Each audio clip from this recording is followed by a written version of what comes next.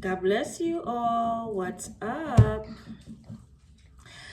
I was not going to make a video because my kids are going to start break soon, but I'm like, I can't just leave y'all like that hanging. I want to wish y'all Merry Christmas first, because that time is around the corner.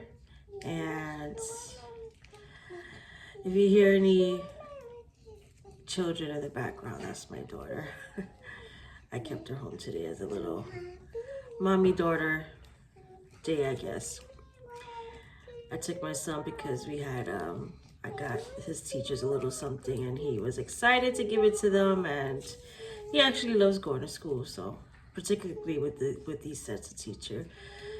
So we were running a little late, and my daughter, they didn't really need to go to school. She was in pre-K. So I was like, you want to stay home or go to school? She's like, I want to stay home. So we did that. So the little voice in the background is her. She's been singing Christmas carols since July.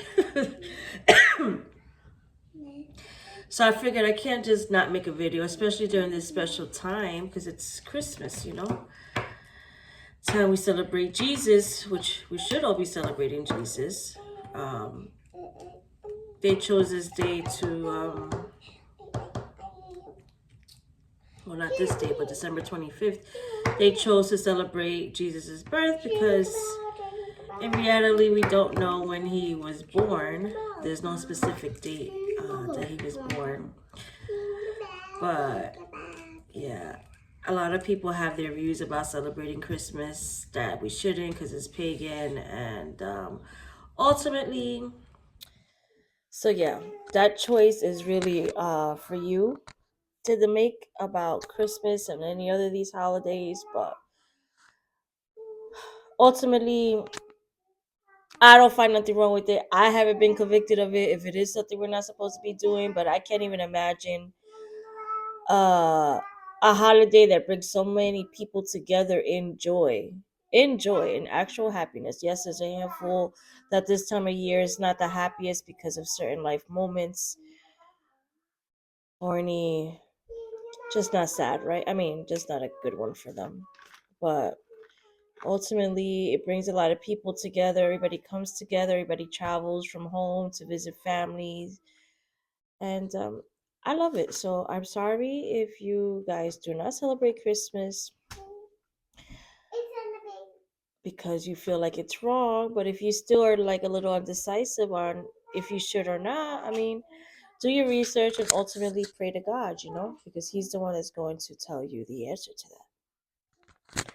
I was at church yesterday for our Christmas service. Well, one of them, Christmas Sunday service. We have our Christmas Eve service Sunday. And our pastor, it was a really good service. We talked about Mother Mary, the mother of Jesus, right? We talked a lot. It was really good. But one of the many points that he made that stood out to me was the beginning of Christmas. He mentioned, he's the one that my pastor was the one that I learned from, that Christmas is really not dated in the Bible, right? Itself, especially the actual date of Jesus's birthday. They could only assume that it was around April or May, if I remember correctly, around that time frame there. They could assume that he was born. But anyway, he mentioned yesterday that the first Christmas gathering where it started, this type of tradition, gift giving and being together and feast, started in the book of Esther. He said it started in the book of Esther. So what did I do? I came home, I researched it, and I found it. And of course, he was right. And why don't I ever? Oh, here goes. I know I saved it. So it's on Esther chapter 9, and it's the first verse that I'm gonna read. It says, because this is the time, if you don't know the story of Esther, um, she was a Jewish queen, and at that time they wanted to execute all the Jewish people. So her being the queen, she convinced the king not to do it. So she saved the Jewish community, right? And that's another thing. A lot of people think that women have to be silent and they don't have no authority or can't be used by God. And here you go, Esther in the Old Testament being used to save a whole Jewish community, the Jews. You know what I mean? So I don't, that whole women have to be silent. I don't agree with it because there's so much in the Bible that goes against it. Well, not against it, that doesn't go hand to hand. And it was mentioned in the book of John about women being silent, but he was talking to a group of women in that book, not for us all to be quiet. That wasn't just a rule for every single lady on this earth. There was a group of women back then when he was there, and he was talking about those people to be silenced. I can't give you specific because I don't know it's the details, but when I do, I'm definitely gonna make a video about that because I feel a lot of women are being silent because they think that's their position. And I don't see a God as loving as ours not using us as women. And he's used us. He's used Deborah. She was a judge in the book. She was so many things in the book. And then she's in the book of Judges. Esther, she was used here. But anyway, so it's chapter 9, verse 1. It says, on the 13th day of the 12th month. So we're on the 12th month. This is when we celebrate Christmas. The month of Adar, the edict commanded overpower them. But now the tables were turned and the Jews got the upper hand over those who hated them. They end up winning, the Jews, obviously. So they were going to celebrate because they end up winning what was supposed to destroy them. They end up winning this war, so to say, a battle. So that right there, that verse is telling you that's the 12th month. So once I read that, I'm like, okay, I'm on the right book because I have to find where he actually spoke about it. So the actual gift given is from verse 18 to 22, which is where I'm going to read. So we talk about it. Well, the Bible talks about it on Esther chapter 9, verses 18 to 22. So this is how it goes. And I'm reading out of my NIV study Bible.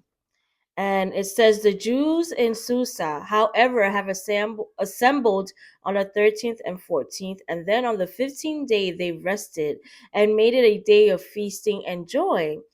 That is why rural Jews, those living in villages, observe the 14th of the month of Adar as a day of joy and feasting, a day for giving presents to each other. So this is what he meant.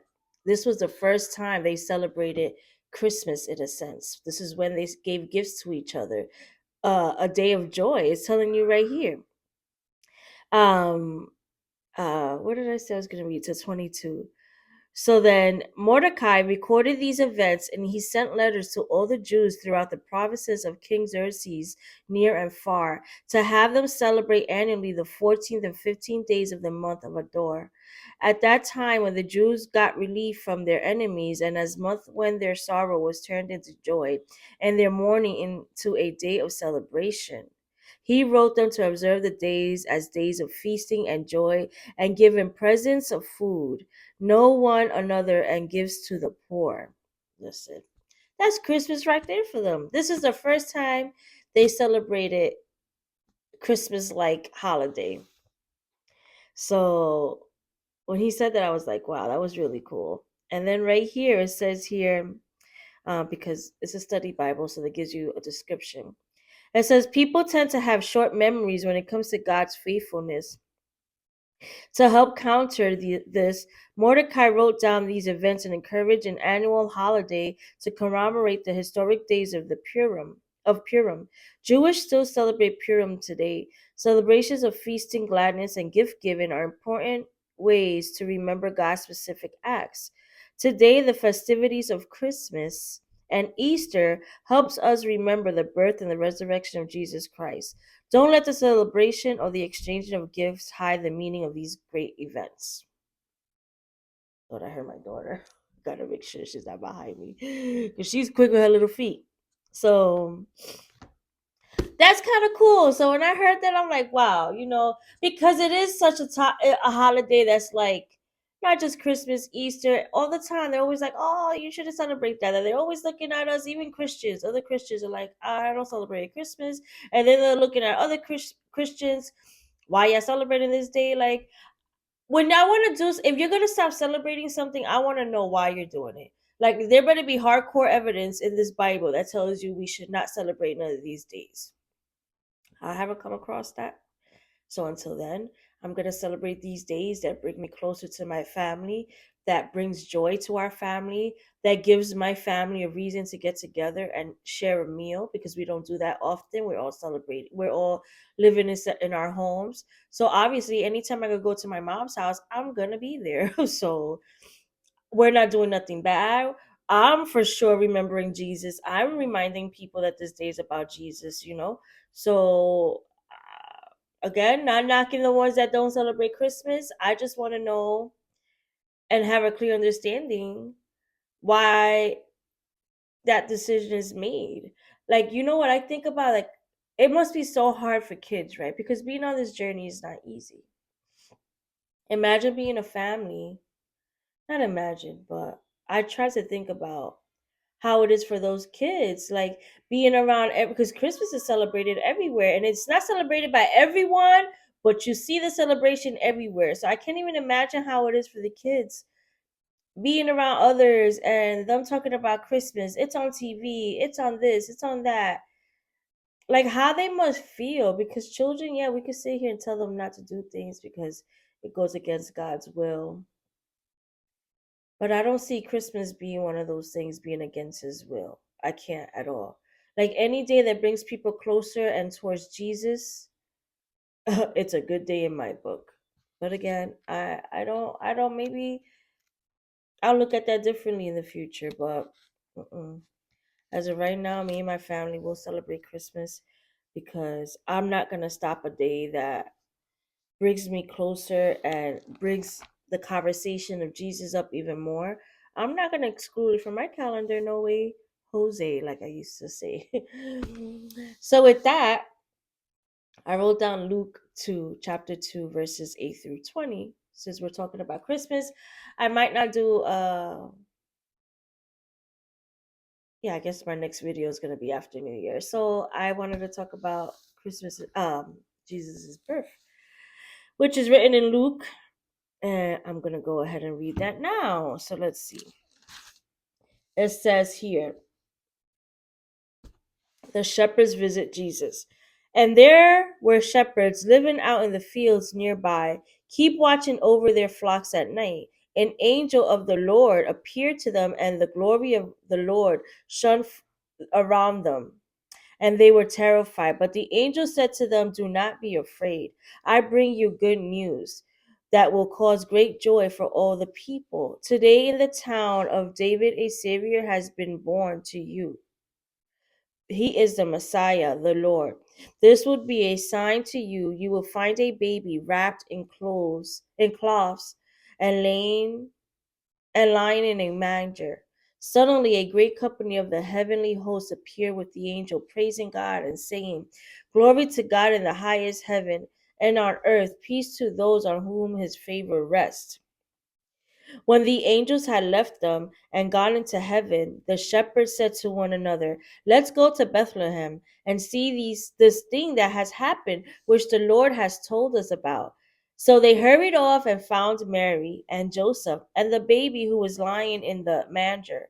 When they had seen him, they spread the word concerning what been told them about this child.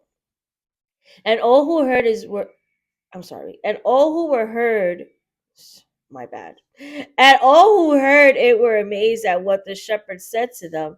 But Mary treasured up all these things and pondered them in her heart. The shepherds returned, a glorifying and praising God for all the things that they had heard and seen, which were just as they had been told. On the eighth day, when it was time to circumcise the child, he was named Jesus, the name of the angel had given him before he was conceived. When the time came for the purification rites required by the law of Moses, Joseph and Mary took him to Jerusalem to present him to the Lord. I'm going to stop there. Actually, I read a little further. I was supposed to stop at 20. But this is the story of Jesus. So, yeah, so Luke, the book of Luke is usually very popular during Christmas because it's 24 chapters. So people will start reading Luke on December 1st, all the way till December 24th. And then the 25th is Christmas. I was trying to do it, but I didn't get to do it. But I'm in the Bible reading, and we're very close to the book of Luke, so I'm kind of excited when we all get to read it together. But what I want to read also here, what they had put down in the study Bible, it says here, him explained in verse 8. God continued to reveal the news about his son, but not to those who might expect it. Luke records that Jesus' birth was first announced to shepherds in the field.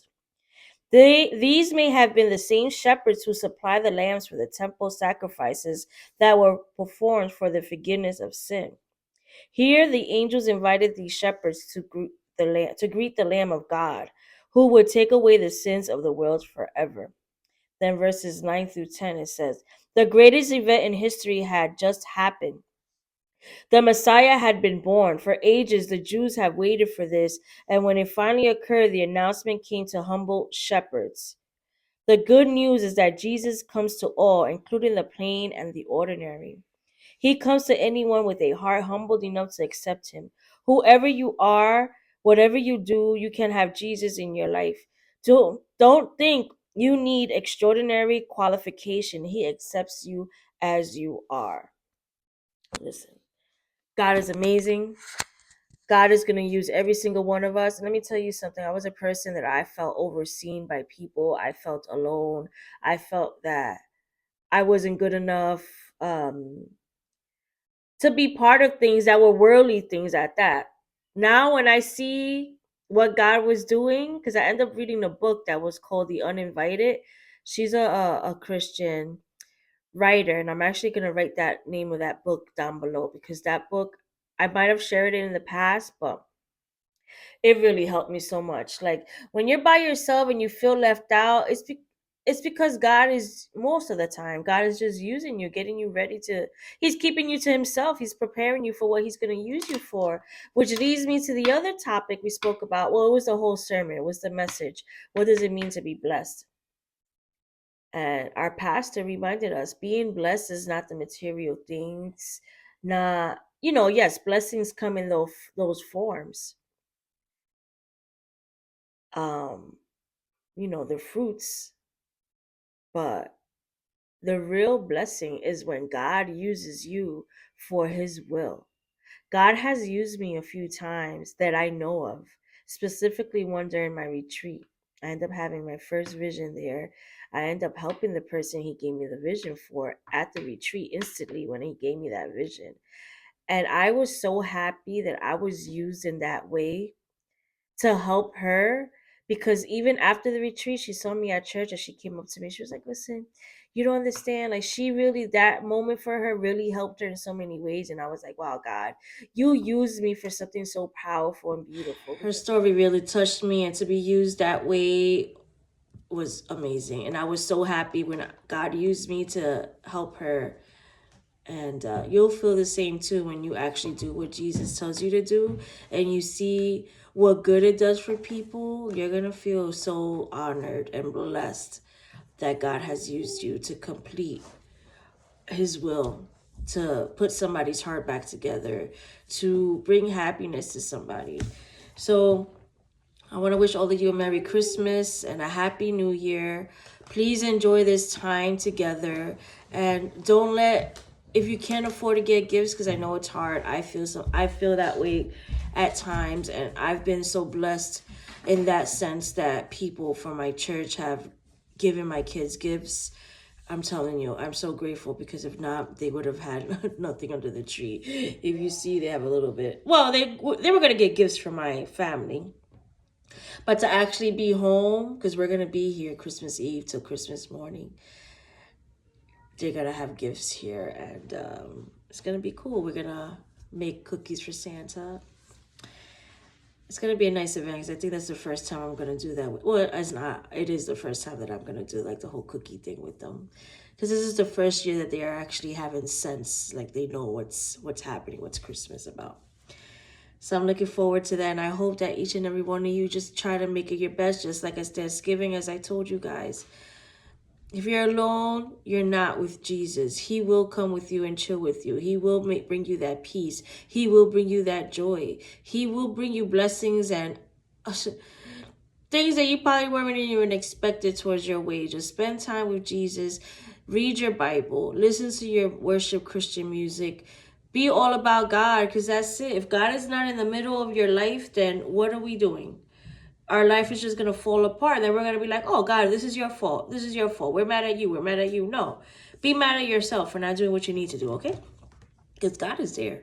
He never leaves us. We do more of the leaving than we should. But I hope you guys have a great time. And again, if this is a very sad time for you, I pray that you somehow have a little happiness through it all, okay? Because I'm not going to sit here and try to tell you to be happy when maybe you are just dealing with a loss or dealing with hard times and you can't get your kids gifts.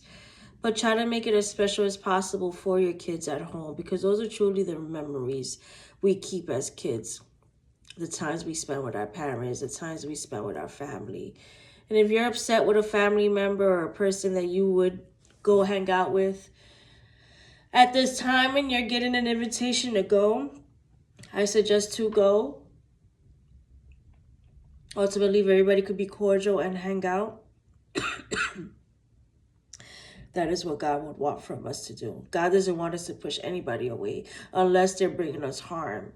You know, those are the people that we will have to love from a distance until they change. But if you could be cordial around this person and no issues will arise, and even if a dispute occurs of a disagreement, I hope that you guys could talk about it cordially without getting aggressive or physical. And of course, limit the drinking. If you're a person that feels like you drink too much and then, you start getting dramatic, because liquor drinking this hard liquor brings out the inner courage. That's why they call it the liquid courage, because when we're drunk we do things that we won't do sober.